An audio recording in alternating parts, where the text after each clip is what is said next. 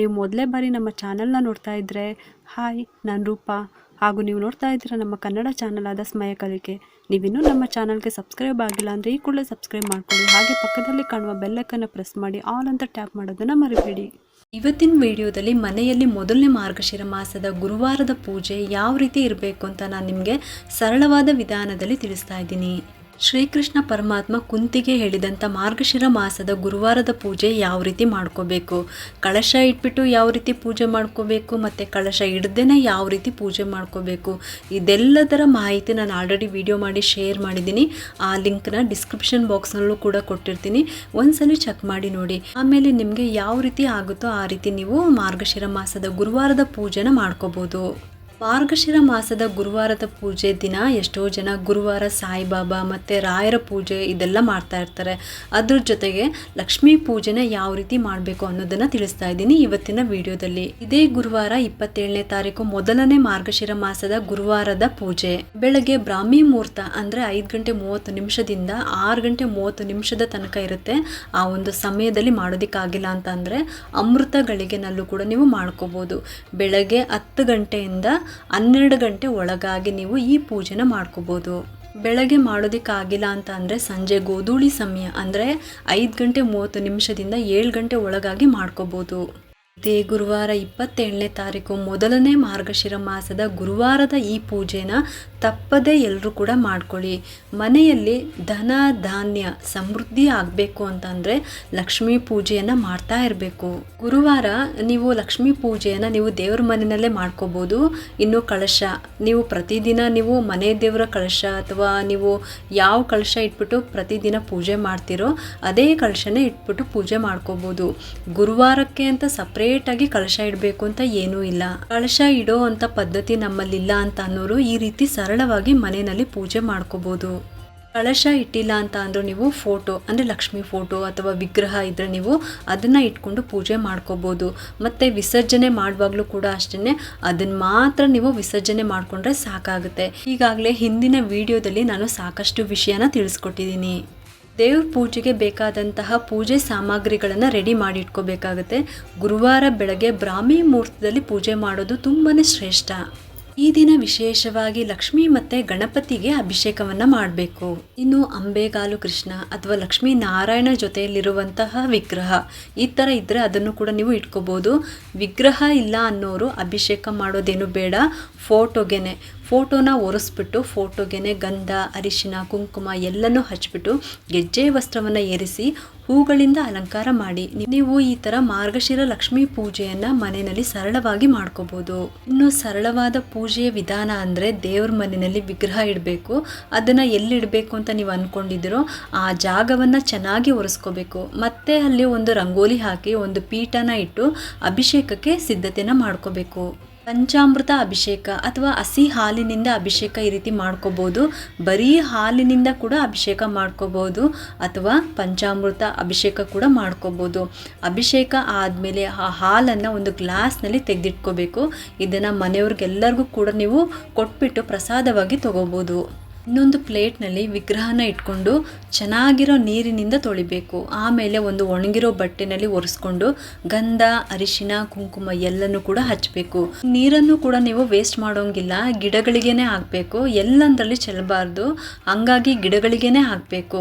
ನಿಮಗೆ ಯಾವ ರೀತಿ ಅನುಕೂಲ ಆಗುತ್ತೋ ಆ ರೀತಿ ಮಾಡ್ಕೋಬೋದು ಈ ಪೂಜೆಯನ್ನು. ಈಗ ನೀವು ಗುರುಗಳ ಪೂಜೆ ಮಾಡ್ತಿದ್ದೀರಾ ಅಂತಂದರೆ ಇವಾಗೇನೆ ಗಣೇಶ ಮತ್ತು ಲಕ್ಷ್ಮೀ ಪಕ್ಕದಲ್ಲಿ ಗುರುಗಳನ್ನು ಇಡ್ಬೋದು. ಅಂದರೆ ರಾಘವೇಂದ್ರ ಸ್ವಾಮಿ ಅವ್ರ ಫೋಟೋ ಅಥವಾ ವಿಗ್ರಹ ನೀವೇನು ಇಟ್ಕೊಂಡಿದ್ದೀರೋ ಮನೆಯಲ್ಲಿ ಅಥವಾ ಸಾಯಿಬಾಬಾ ಈ ಥರ ಪೂಜೆನ ಮಾಡ್ತಾ ಇದ್ದೀರಾ ಅಂತಂದರೆ ಆ ಒಂದು ವಿಗ್ರಹನ ಇದೇ ರೀತಿ ನೀವು ಪಕ್ಕದಲ್ಲಿ ಇಟ್ಕೊಂಡು ಒಟ್ಟಿಗೆ ಪೂಜೆ ಮಾಡ್ಕೋಬೋದು.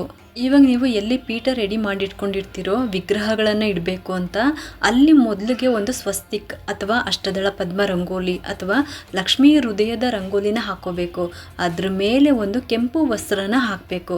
ಅದ್ರ ಮೇಲೆ ಒಂದು ಬಟ್ಲಲ್ಲಿ ಅಕ್ಕಿನ ತುಂಬಿಸಿ ಇಡಬೇಕು. ತಾಮ್ರದ ಚಂಬು ಅಥವಾ ಒಂದು ಬಟ್ಲು ಯಾವುದಾದ್ರೂ ಸರಿ, ಅದರೊಳಗಡೆನೆ ಅಕ್ಕಿನ ತುಂಬಿಸ್ಬಿಟ್ಟು ಅದ್ರ ಮೇಲೆ ಲಕ್ಷ್ಮಿಯನ್ನು ಪ್ರತಿಷ್ಠಾಪನೆ ಮಾಡಬೇಕು. ಮತ್ತು ಎಲ್ಲ ವೈಭವಲಕ್ಷ್ಮಿ ವ್ರತದ ಬುಕ್ನಲ್ಲಿ ಈ ಮಹಾಲಕ್ಷ್ಮಿ ಯಂತ್ರ ಇದ್ದೇ ಇರುತ್ತೆ. ಹಾಗಾಗಿ ಈ ಯಂತ್ರನ ಮನೆಯಲ್ಲಿ ಪೂಜೆ ಮಾಡೋದ್ರಿಂದ ಕೆಲವರು ಇದನ್ನು ತಾಮ್ರದಲ್ಲಿ ಬೆಳ್ಳಿನಲ್ಲಿ ಮಾಡಿಸಿ ಇಟ್ಕೊಂಡಿರ್ತಾರೆ. ಇಲ್ಲ ಅನ್ನೋರು ಈ ರೀತಿ ಪೂಜೆ ಮಾಡ್ಕೋಬೋದು. ಎಲ್ಲ ದೇವರ ಫೋಟೋಗಳನ್ನು ಮನೆಯಲ್ಲಿ ಇಟ್ಕೋಬೇಕು ಅಂತ ಏನೂ ಇಲ್ಲ. ಹಾಗಾಗಿ ಈ ಥರ ಲಕ್ಷ್ಮೀ ಪೂಜೆ ಮಾಡುವಾಗ ಈ ಯಂತ್ರನೂ ಕೂಡ ಪೂಜೆ ಮಾಡೋದು ಒಳ್ಳೆಯದು. ಆ ಯಂತ್ರಕ್ಕೂ ಕೂಡ ಅರಿಶಿನ ಕುಂಕುಮವನ್ನು ಹಚ್ಚಬೇಕು. ವೈಭವಲಕ್ಷ್ಮಿ ವ್ರತದ ಬುಕ್ನಲ್ಲಿ ಈ ಯಂತ್ರನ ಇಟ್ಬಿಟ್ಟು ಪೂಜೆ ಮಾಡ್ಬೋದು. ಲಕ್ಷ್ಮಿ ಪಕ್ಕದಲ್ಲಿ ಅಥವಾ ಮುಂಭಾಗದಲ್ಲಿ ಗಣಪತಿಯನ್ನು ಪ್ರತಿಷ್ಠಾಪನೆ ಮಾಡಬೇಕು. ಗರಿಕೆಯನ್ನು ಇಡಬೇಕು. ಇವಾಗ ಅಕ್ಕಿ ತುಂಬಿರೋ ಬಟ್ಲಲ್ಲಿ ಲಕ್ಷ್ಮಿನ ಪ್ರತಿಷ್ಠಾಪನೆ ಮಾಡಿ ಗೆಜ್ಜೆ ವಸ್ತ್ರವನ್ನು ಏರಿಸಿ ಹೂಗಳಿಂದ ಅಲಂಕಾರನ ಮಾಡ್ಕೋಬೇಕು. 2 ತುಪ್ಪದ ದೀಪಗಳನ್ನು ಹಚ್ಚಬೇಕು. ಇನ್ನು ನೈವೇದ್ಯಕ್ಕೆ ಏನು ಬೇಕಾದರೂ ಸಿಹಿ ಪದಾರ್ಥವನ್ನು ಮಾಡಿ ಇಡ್ಬೋದು. ಸಜ್ಜಿಗೆ, ಹಾಲಿನ ಪಾಯಸ, ಮೊದಲನೇ ವಾರ ಸಕ್ಕರೆ ಪೊಂಗಲ್ನ ಮಾಡ್ಕೊಳ್ಳಿ. ಅಥವಾ ಯಾವುದಾದ್ರೂ ಸಿಹಿ ಪದಾರ್ಥಗಳನ್ನು ಅಥವಾ ಸಿಹಿ ಅವಲಕ್ಕಿ ಇದನ್ನು ಕೂಡ ಮಾಡ್ಕೋಬೋದು. ಹಣ್ಣುಗಳನ್ನು ಕೂಡ ಇಟ್ಟು ನೀವು ಪೂಜೆನ ಮಾಡ್ಕೋಬೋದು. ಕೆಲವರು ಸೂತ್ಕಗಳು ಇದೆ, ಹಾಗಾಗಿ ಏನು ಮಾಡೋದು, ನಾವು ಪೂಜೆ ಮಾಡ್ಬೋದಾ ಅಂತಂದರೆ ನೈವೇದ್ಯ ಇಡಬೇಡಿ, ಬರೀ ಹಣ್ಣುಗಳನ್ನು ಮಾತ್ರ ಇಡ್ಬೋದು. ಬಾಳೆಹಣ್ಣು, ದಾಳಿಂಬೆ ಹಣ್ಣು ಈ ಥರ ಇಡ್ಬೋದು. ನಮಗೆ ಏನೂ ಮಾಡೋದಕ್ಕೂ ಕೂಡ ಶಕ್ತಿ ಇಲ್ಲ ಅಂತ ಅನ್ನೋರು ಒಂದು ಗ್ಲಾಸ್ ಹಾಲಿಗೆ ಸಕ್ಕರೆ ಹಾಕಿಬಿಟ್ಟು ಇಡಬೇಕು. ಅಥವಾ ಕೆಲಸಕ್ಕೆ ಹೋಗೋರು ತುಂಬ ಗಡಿಬಿಡಿ ಇರುತ್ತೆ, ಮಾಡೋದಕ್ಕಾಗಲ್ಲ ಅಂತ ಅನ್ನೋರು ಡ್ರೈ ಫ್ರೂಟ್ಸ್ನ ಬಟ್ಲಲ್ಲಿ ಹಾಕಿಬಿಟ್ಟು ಒಂದು ತುಳಸಿ ದಳನ ಇಟ್ಬಿಟ್ಟು ನೈವೇದ್ಯವನ್ನು ಮಾಡ್ಕೋಬೋದು. ಇನ್ನು ಹೊಸ್ಲ ಹತ್ರ ಅಲ್ಲೂ ಕೂಡ ಅಷ್ಟೇ ಬಾಗಿಲಿಗೆ ನೀರು ಹಾಕ್ಬಿಟ್ಟು ಸಗಣಿ ಏನಾದರೂ ನಿಮಗೆ ಸಿಕ್ಕಿದ್ರೆ ಅದರಿಂದ ಬಾಗಿಲನ್ನು ಸಾರಿಸ್ಕೊಂಡು ಆಮೇಲೆ ಒಂದು ಸುಂದರವಾದ ರಂಗವಲ್ಲಿನ ಹಾಕ್ಕೊಳ್ಳಿ. ಹೊಸ್ಲಿಗೂ ಕೂಡ ಅಷ್ಟೇ ಅರಿಶಿನ ಹಚ್ಬಿಟ್ಟು ರಂಗೋಲಿನ ಹಾಕಿ ಹೂವಿನಿಂದ ಅಲಂಕಾರ ಮಾಡ್ಕೊಳ್ಳಿ. ಇನ್ನು ಹೊಸ್ಲು ಆ ಕಡೆ ಈ ಕಡೆ ಅಂದರೆ ಹೊಸ್ಲು ಕೆಳಗಡೆ ಸ್ವಲ್ಪ ಸಗಣಿನ ಆ ಕಡೆ ಈ ಕಡೆ ಇಟ್ಬಿಟ್ಟು ಅದ್ರ ಮೇಲೆ ಮಣ್ಣಿನ ದೀಪವನ್ನು ಇಟ್ಬಿಟ್ಟು ನೀವು ಅದಕ್ಕೂ ಕೂಡ ಅರಿಶಿನ ಕುಂಕುಮ ಹೂವು ಮತ್ತು ಎಣ್ಣೆ ಬತ್ತಿ ಇದೆಲ್ಲ ಇಟ್ಬಿಟ್ಟು ನೀವು ಆಮೇಲೆ ನೀವು ದೀಪನ ಹಚ್ಕೋಬೋದು. ಹತ್ರ ಈ ರೀತಿ ನೀವು 2 ಕಡೆ ನೀವು ಮಣ್ಣಿನ ದೀಪ ಇಟ್ಟಿದ್ದಾದಮೇಲೆ ಇನ್ನು ತುಳಸಿ ಗಿಡಕ್ಕೂ ಕೂಡ ಅಷ್ಟೇ ಅಲ್ಲೂ ಕೂಡ ಅರಿಶಿನ ಕುಂಕುಮ ಗೆಜ್ಜೆ ವಸ್ತ್ರ ಹೂವಿನಿಂದ ಅಲಂಕಾರವನ್ನು ಮಾಡಿಕೊಂಡು ಅಲ್ಲೂ ಒಂದು ಮಣ್ಣಿನ ದೀಪವನ್ನು ಇಡಬೇಕು. ಈ ರೀತಿ ಎಲ್ಲ ರೆಡಿ ಮಾಡ್ಕೊಂಡು ಆದಮೇಲೆ ನೀವು ದೀಪವನ್ನು ಹಚ್ಕೊಳ್ಳಿ. ಹೊಸ್ಲು ಪೂಜೆನ ಮಾಡಿಕೊಂಡು ಆಮೇಲೆ ನೀವು ಒಳಗಡೆ ಬಂದ್ಬಿಟ್ಟು ಪೂಜೆನ ಪ್ರಾರಂಭ ಮಾಡ್ಕೊಳ್ಳಿ. ಮೊದಲಿಗೆ ಸಂಕಲ್ಪ ಮಾಡ್ಕೊಳ್ಳಿ, ನೀವು ಎಷ್ಟು ವಾರ ಮಾಡ್ತೀರಾ ಅಂತ. 1 ವಾರ, 3 ವಾರ ಅಥವಾ 4 ವಾರ, ಎಷ್ಟು ವಾರ ಮಾಡ್ತೀರಾ ಅಂತ ಸಂಕಲ್ಪ ಮಾಡ್ಕೊಳ್ಳಿ. ಖುಷಿಗೆ ಆಸೆಯಿಂದ ಸಂಕಲ್ಪ ಮಾಡ್ಕೊಳ್ಳೋದು ಆಮೇಲೆ ಸಡನ್ನಾಗಿ ಡೇಟ್ ಆಗೋದೆ ಮತ್ತು ಇನ್ನೇನೋ ಬೇರೆ ಸಮಸ್ಯೆ ಈ ಥರದ್ದೆಲ್ಲ ಕಾರಣನ ಮಾಡ್ಕೋಬೇಡಿ. ಮುಂಚಿತವಾಗಿಯೇ ಯೋಚನೆ ಮಾಡಿಕೊಂಡು ಆಮೇಲೆ ಸಂಕಲ್ಪ ಮಾಡ್ಕೊಳ್ಳಿ. ಬೇಕಾದರೆ ನೀವು ಸಂಕಲ್ಪ ಮಾಡ್ಕೋವಾಗ 1 ವಾರ ಮಾಡ್ತೀನಿ ಅಂತಲೇ ಸಂಕಲ್ಪ ಮಾಡ್ಕೋಬೋದು. ಆಮೇಲೆ ಬೇಕಾದರೆ ನಾವು 3 ವಾರ ಮಾಡ್ಕೋಬೋದು, ಏನೂ ತಪ್ಪಿಲ್ಲ.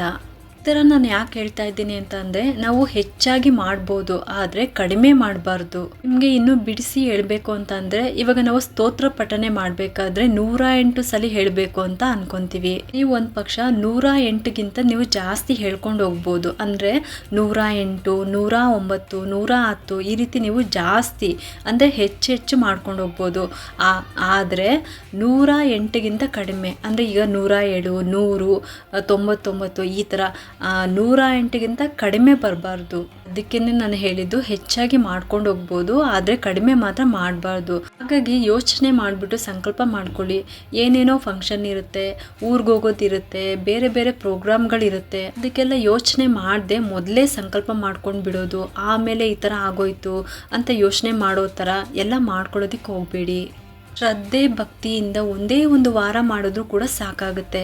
ಮತ್ತು ಕೈಯಲ್ಲಿ ಹೂ ಅಕ್ಷತೆನ ಇಟ್ಕೊಂಡು ಸಂಕಲ್ಪ ಮಾಡ್ಕೊಳ್ಳಿ. ಈ ಒಂದು ಶುಭ ದಿನದಲ್ಲಿ ಮಾರ್ಗಶಿರ ಮಾಸ ಗುರುವಾರ ಯಥಾಶಕ್ತಿ ಲಕ್ಷ್ಮೀ ಪೂಜೆನ ಮಾಡ್ತಾ ಇದ್ದೀನಿ. ನಾರಾಯಣ ಸಮೇತಳಾಗಿ ನಗ್ನಗ್ತಾ ನಮ್ಮ ಮನೆಯಲ್ಲಿ ನೆಲೆಸಮ್ಮ, ನನ್ನ ಕೈಯಿಂದ ಸೇವೆನ ಸ್ವೀಕರಿಸಮ್ಮ ಅಂತ ಕೇಳಿಕೊಂಡು ಆ ಹೂ ಅಕ್ಷತೆಯನ್ನು ದೇವ್ರ ಹತ್ರ ಹಾಕಿ ಪೂಜೆನ ಪ್ರಾರಂಭ ಮಾಡ್ಕೊಳ್ಳಿ. ಗಣಪತಿ ಮಂತ್ರವನ್ನು ಹೇಳ್ಕೊಳ್ಳಿ, ಲಕ್ಷ್ಮೀ ನಾರಾಯಣನ ಮಂತ್ರನ ಹೇಳ್ಕೊಳ್ಳಿ. ಆನಂತರ ಬಿಡಿ ಹೂಗಳಿಂದ ಲಕ್ಷ್ಮೀ ಅಷ್ಟೋತ್ತರವನ್ನು ಮಾಡ್ಕೋಬೇಕು ಅಥವಾ ಕುಂಕುಮದಿಂದ ಅರ್ಚನೆ ಮಾಡ್ಕೊಳ್ಳಿ. 2ರಲ್ಲಿ ಯಾವುದಾದ್ರೂ ಮಾಡ್ಕೋಬೋದು. ಅರ್ಚನೆ ಎಲ್ಲ ಮುಗಿದ ಮೇಲೆ ನಿಮ್ಮ ಹತ್ರ ಮಾರ್ಗಶಿರ ಮಾಸದ ಪೂಜೆಯ ಬುಕ್ ಏನಾದರೂ ಇದ್ದರೆ ಅದರಲ್ಲಿ ವ್ರತದ ಕತೆ ಇರುತ್ತೆ, ಆ ಕತೆನ ಓದ್ಬೋದು. ಮತ್ತು ಆದಷ್ಟು ಈ ಪೂಜೆಗೆ ಬಿಳಿ ಹೂಗಳನ್ನು ಉಪಯೋಗಿಸ್ಕೋಬೇಕು. ಅಥವಾ ಸಿಗಲಿಲ್ಲ ಅಂತ ಅಂದರೆ ನಿಮಗೆ ಯಾವ ಹೂಗಳು ಸಿಗುತ್ತೋ ಅದನ್ನೇ ಉಪಯೋಗಿಸ್ಕೋಬೋದು. ನಿಮಗೆ ಯಾವ ರೀತಿ ಅನುಕೂಲ ಆಗುತ್ತೋ ಆ ರೀತಿ ನೀವು ಮಾಡ್ಕೋಬೋದು.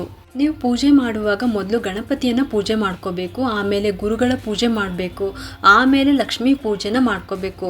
ಮೊದಲು ಗಣಪತಿನ ಪೂಜೆ ಮಾಡ್ಕೊಳ್ಳಿ, ಆಮೇಲೆ ಗುರುಗಳು, ಆಮೇಲೆ ಮಂತ್ರ ಸ್ತೋತ್ರ ಅಷ್ಟೋತ್ರ ಏನಿರುತ್ತೆ ಅದನ್ನೆಲ್ಲ ನೀವು ಹೇಳ್ಕೋಬೇಕು. ನಿಮ್ಮದು ಗುರುವಾರದ ಪೂಜೆ ಅದನ್ನೆಲ್ಲ ಮಾಡ್ಕೊಳ್ಳಿ, ಆಮೇಲೆ ಲಕ್ಷ್ಮೀ ಪೂಜೆನ ಮಾಡ್ಕೋಬೇಕು. ಲಕ್ಷ್ಮೀ ನಾರಾಯಣರನ್ನ ಸ್ಮರಣೆ ಮಾಡಿಕೊಂಡು ಲಕ್ಷ್ಮೀ ಪೂಜೆನ ಮಾಡ್ಕೊಳ್ಳಿ. ಸ್ತೋತ್ರಗಳು ಕಥೆಗಳು ಎಲ್ಲ ಓದಿದ ಮೇಲೆ ನೈವೇದ್ಯವನ್ನು ತೋರಿಸ್ಬೇಕು. ಮಹಾಮಂಗಳಾರತಿನ ಮಾಡಿ ಮನೆಯವ್ರಿಗೂ ಕೂಡ ಕೊಟ್ಬಿಟ್ಟು ನೀವು ತಗೋಬೇಕು. ಪ್ರಸಾದ ಎಲ್ಲನೂ ಕೂಡ ಕೊಡ್ಬೋದು. ಇನ್ನು ಉಪವಾಸ ಮಾಡಬೇಕಂತ ಅಂದರೆ ಅದು ನಿಮಗೆ ಬಿಟ್ಟಿದ್ದು. ಹೇಗಿದ್ರು ಗುರುವಾರ ದಿನ ರಾಯರಿಗೋಸ್ಕರ ಅಥವಾ ಗುರುಗಳಿಗೋಸ್ಕರ ಉಪವಾಸ ಮಾಡ್ತಾ ಇರ್ತೀರಾ. ನಿಮ್ಮ ಪದ್ಧತಿ ಅಥವಾ ನೀವೇನು ಆಚರಣೆ ಮಾಡ್ತಾ ಬಂದಿರ್ತೀರೋ ಆ ರೀತಿ ನೀವು ಮಾಡ್ಬೋದು. ಆದಷ್ಟು ಬೆಳಗ್ಗೆ ಬೇಗ ಪೂಜೆ ಮಾಡಿಬಿಟ್ರೆ ಇದೆಲ್ಲ ತಂಟೆ ಇರೋದಿಲ್ಲ. ಯಾಕಂದರೆ ಕೆಲವ್ರಿಗೆ ಪೂಜೆ ಮಾಡೋವ್ರಿಗೂ ಏನಾದರೂ ತಿನ್ನಬೇಕು ಅಂದರೆ ಮನಸ್ಸಾಗೋದಿಲ್ಲ. ಅದಕ್ಕೋಸ್ಕರ ಬೆಳಗ್ಗೆ ಬ್ರಾಹ್ಮಿ ಮುಹೂರ್ತದಲ್ಲಿ ಅಂದರೆ ಬೆಳಗ್ಗೆ 6:30 ಒಳಗಾಗಿ ನೀವು ಪೂಜೆನ ಮಾಡ್ಕೊಂಡು ಬಿಟ್ಟರೆ ಆರಾಮ್ಸೆ ಬೆಳಗಿನ ಬ್ರಾಹ್ಮಿ ಮುಹೂರ್ತದ ಪೂಜೆ ಕೂಡ ನಿಮಗೆ ಸಿಗುತ್ತೆ. ಪೂಜೆ ಆಗೋವರೆಗೂ ನೀವು ಏನೂ ತಿಂದಿರೋದಿಲ್ಲ. ಆಮೇಲೆ ಬೇಕಾದರೆ ನೀವು ಏನಾದರೂ ತಿನ್ಬೋದು. ಇನ್ನು ಇದೇ ರೀತಿ ಸಂಜೆ ಕೂಡ ಹಾಗೆಯೇ ಕೈಕಾಲು ಮುಖ ತೊಳ್ಕೊಂಡ್ಬಿಟ್ಟು ಸಂಜೆ ಕೂಡ ದೇವ್ರ ಮುಂದೆ ದೀಪ ಹಚ್ಚಿ ಸಿಂಪಲ್ಲಾಗಿ ಪೂಜೆನ ಮಾಡ್ಕೋಬೋದು. ಇನ್ನು ಇದೆಲ್ಲ ಏನಿಟ್ಟಿರ್ತೀರ ಶುಕ್ರವಾರ ಬೆಳಗ್ಗೆ ಇದೆಲ್ಲ ತೆಗೆದ್ಬಿಟ್ಟು ವಿಗ್ರಹಗಳನ್ನು, ದೀಪಗಳನ್ನು, ಕರ್ಪೂರದ ಆರತಿ, ಪಂಚಪತ್ರೆ ಇದನ್ನೆಲ್ಲ ತೊಳೆದು ವಿಗ್ರಹಗಳಿಗೆಲ್ಲ ಮತ್ತೆ ಅರಿಶಿನ ಕುಂಕುಮವನ್ನು ಹಚ್ಬಿಟ್ಟು ನೀವು ಯಥಾಶಕ್ತಿ ಪೂಜೆನ ಶುಕ್ರವಾರ ಮಾಡ್ಕೋಬೋದು. ಇನ್ನು ಆ ಬಟ್ಲಲ್ಲಿಟ್ಟಿರುವಂಥ ಅಕ್ಕಿನ ಏನಾದರೂ ಸಿಹಿ ಪದಾರ್ಥಗಳನ್ನು ಮಾಡಿ ತಿನ್ಬೋದು ಅಥವಾ ವೆಜ್ ಅಡುಗೆಗೂ ಕೂಡ ನೀವು ಉಪಯೋಗಿಸ್ಕೋಬೋದು. ಆದರೆ ಗುರುವಾರ ಮಾತ್ರ ಮನೆಯಲ್ಲಿ ನಾನ್ ವೆಜ್ ಮಾಡೋ ಹಾಗಿಲ್ಲ. ಮತ್ತು ಆ ದಿನ ಬ್ರಹ್ಮಚರ್ಯವನ್ನು ಪಾಲಿಸಬೇಕು. ನೀವು ಬೇರೆ ದಿನ ತಿನ್ಬೋದಾ ಅಂತ ಅಂದರೆ ಅದು ನಿಮ್ಮಿಷ್ಟ. ಮಾರ್ಗಶಿರ ಮಾಸದ ಲಕ್ಷ್ಮೀ ಪೂಜೆ ಮಾಡೋರು ಬೇರೆ ದಿನ ತಿನ್ಬೋದಾ ಅಂತ ಅಂದರೆ ಅದು ನಿಮ್ಮಿಷ್ಟ. ಅಥವಾ ನಿಮ್ಮ ಸಂಕಲ್ಪ ಮುಗಿಯೋವರೆಗೂ ತಿನ್ನೋದಿಲ್ಲ ಅಂತ ಅಂದರೆ ಈ ರೀತಿ ಕೂಡ ನೀವು ಪೂಜೆ ಮಾಡ್ಕೋಬೋದು. ಇದಿಷ್ಟು ಸರಳವಾಗಿ ಮಾರ್ಗಶಿರ ಮಾಸದ ಗುರುವಾರದ ಲಕ್ಷ್ಮೀ ಪೂಜೆ ಹಾಗೆ ಗುರುಗಳ ಪೂಜೆನ ಒಟ್ಟಿಗೆ ಯಾವ ರೀತಿ ಮಾಡ್ಕೋಬೇಕು ಅಂತ ತಿಳಿಸ್ಕೊಟ್ಟಿದ್ದೀನಿ. ಇದು ಮೊದಲನೇ ವಾರದ ಗುರುವಾರದ ಲಕ್ಷ್ಮೀ ಪೂಜೆ. ಒಂದು ಉಪಯುಕ್ತ ಮಾಹಿತಿ ನಿಮ್ಗೆ ಇಷ್ಟ ಆಗಿದ್ರೆ ಒಂದು ಲೈಕ್ ಮಾಡಿ, ಶೇರ್ ಮಾಡಿ ಮತ್ತು ಸಬ್ಸ್ಕ್ರೈಬ್ ಮಾಡಲು ಮರಿಬೇಡಿ. ಯಾಕಂದರೆ ನೀವು ಮಾಡುವ ಒಂದು ಸಬ್ಸ್ಕ್ರೈಬಿಂದ ನಮ್ಮಂತಹ ಸಣ್ಣ ಯೂಟ್ಯೂಬರ್ಸ್ಗೆ ಒಂದು ಸಪೋರ್ಟ್ ಮಾಡ್ದಂಗೆ ಆಗುತ್ತೆ. ಮತ್ತೆ ಸಿಗ್ತೀನಿ ಮುಂದಿನ ಹೊಸ ವಿಡಿಯೋದೊಂದಿಗೆ ಅಂತ ಹೇಳ್ತಾ ಈ ವಿಡಿಯೋನ ಮುಗಿಸ್ತಾ ಇದ್ದೀನಿ. ಸರ್ವೇ ಜನ ಸುಖಿನೋ ಭವಂತು.